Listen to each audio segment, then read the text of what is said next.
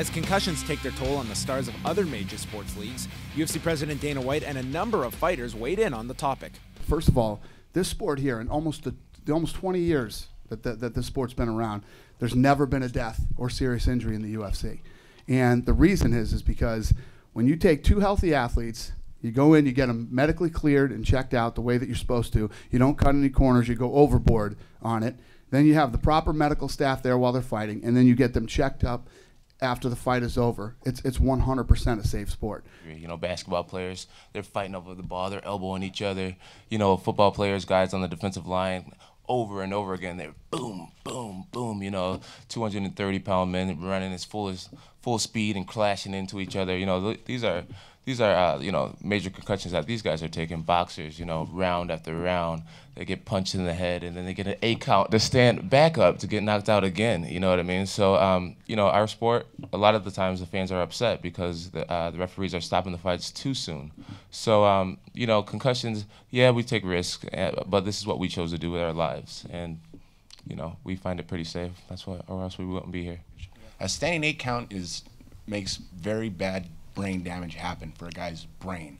In UFC, when you get stopped, you can't tell you to defend yourself, the match is over, it's done, that's it, it's over.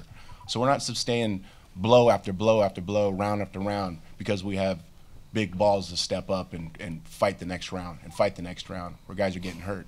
I mean, I watched BJ Penn fight his last fight, and I love BJ, he's my brother, and to see the heart that he was showing, it was amazing. But the blows that were taken, it reminded me of a boxing match. And you see things like that happen, and yes, there's a scare tactic of us fighters not wanting to be injured. I mean, when I have problems and I start stuttering and you can't understand half the things I'm saying, I'm slurring my words so bad, yeah, I want to be at that point. No way, no thank you. I do not want to be to that point.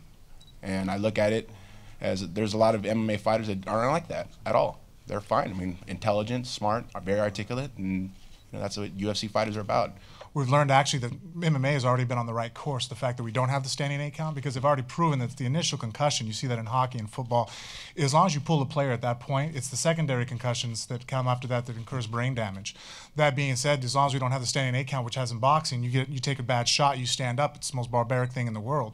Give a guy 8 seconds or 10 seconds to sit there, are you okay? Well, he's a fighter, of course he's going to say he's okay. You have another trained fighter across the way who's ready to go ahead and finish him off in the neutral corner. In our sport, it started out that way and it's already ended that way. We have I have no fear whatsoever. I'm a father of 4. I'll enter the cage every day, and brain damage is the least of my worries.